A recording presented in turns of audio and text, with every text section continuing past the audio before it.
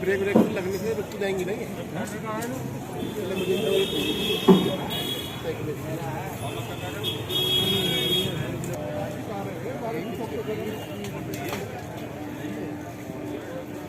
जाना जो भी जाएगा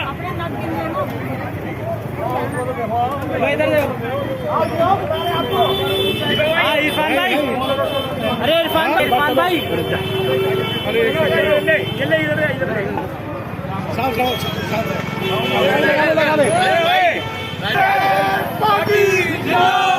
कांग्रेस पार्टी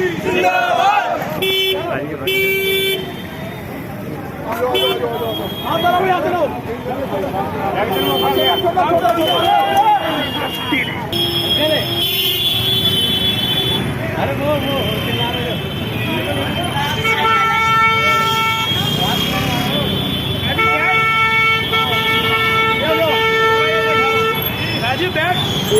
इस प्रकार से हमारे आदरणीय प्रधानमंत्री जी और दिल्ली के मुख्यमंत्री केजरीवाल जी जिस तरीके से जनता से वादा कर जिस तरीके से वो कहते थे कि दिल्ली के अंदर विकास होगा, भारत के अंदर विकास होगा, मैं आज दिल्ली की बात कर रहा हूँ कि दिल्ली के अंदर किस तरीके से कोरोना की महामारी में लोग अपने परिवार से अपनी रोजी रोटी के लिए तरस रहे हैं। उसके साथ साथ जिस प्रकार से आज पेट्रोल, डीजल, गैस का सिलेंडर, आप महिलाओं से पूछो ना, आप हमारा सर्वे जो ले रहे हो, हम तो उनको पैसे दे देते हैं, लेकिन जो हम पैसे देते थे उससे आज आधा राशन भी नहीं आ रहा।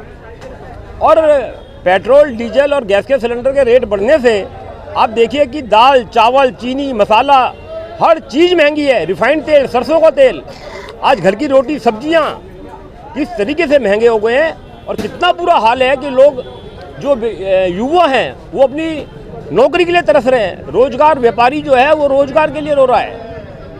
तो ये पेट्रोल डीजल के जो दाम है, वो जो टैक्स लिया जा रहा है, यानी केंद्र सरकार के द्वारा और राज्य सरकार के द्वारा, उनमें कोई भी कटौती नहीं की जा रही है और जनता परेशान है।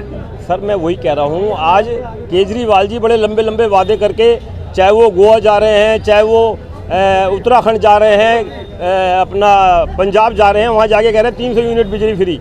अरे दिल्ली में तो बिजली दे दो, जहाँ से दिल्ली से तुमने मुख्यमंत्री बने, दिल्ली को 300 यूनिट कर दो, 200 की जगह 300 यूनिट कर दो।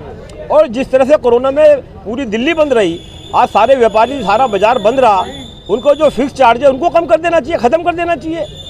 आज साइकिल रैली वगैरह से कितना फर्क पड़ने वाला है सरकार को? देखिए, हम जनता को एक जागरूक कर रहे हैं कि किस प्रकार से जो पेट्रोल डीजल के रेट बढ़े हैं, किस तरीके से आज मैंने देखा पेट्रोल पंपों पे लोग, बुजुर्ग, युवा 50-50 रुपये का पेट्रोल डलवा रहे हैं। जो 400-500 रुपये का पेट्रोल गाड़ी में डलवाते थे लोग, 1000 रुपये का पेट्रोल डलवाते थे, आज वो 100-200 रुपये का पेट्रोल डलवा रहे हैं, 50-50 रुपये का पेट्रोल डलवा रहे हैं।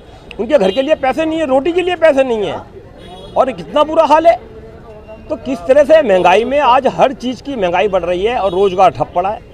तो सरकारों को अपना जो टैक्स है पेट्रोल डीजल पर वो कम करना चाहिए। सर देखिए, ऐसा है, केजरीवाल जी वादा करते थे बड़ी जनता से कि दिल्ली की मुख्यमंत्री ने बड़ी तेज़ी कर रखी है। प्रधानमंत्री मोदी जी कहते थे कि बहुत महंगाई हो रही है, ये बड़े बड़े ठेलों पे निकलते थे। आज कहाँ है वो स्मृति ईरानी, कहाँ है वो उनके केंद्रीय मंत्री, सब बिल में घुस के बैठ गए हैं।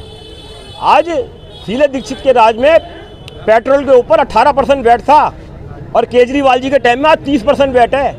केजरीवाल जी से मैं प्रार्थना करता हूँ हाथ जोड़ के जल्दी की जनता की तरफ से कि कम से कम जो शीला दीक्षित जी 18% था, उसी पे लिया हो 18% वैट पे, कम से कम कुछ तो राहत मिलेगी दिल्ली को। ऐसे ही हमारे प्रधानमंत्री जी हैं, जितना एक्साइज ड्यूटी उन्होंने बढ़ा रखी है, वो जनता से वादा करते थे अच्छे दिन अच्छे दिन अच्छे दिन। आज अच्छे दिन क्या, बुरे से बुरे दिन आ गए।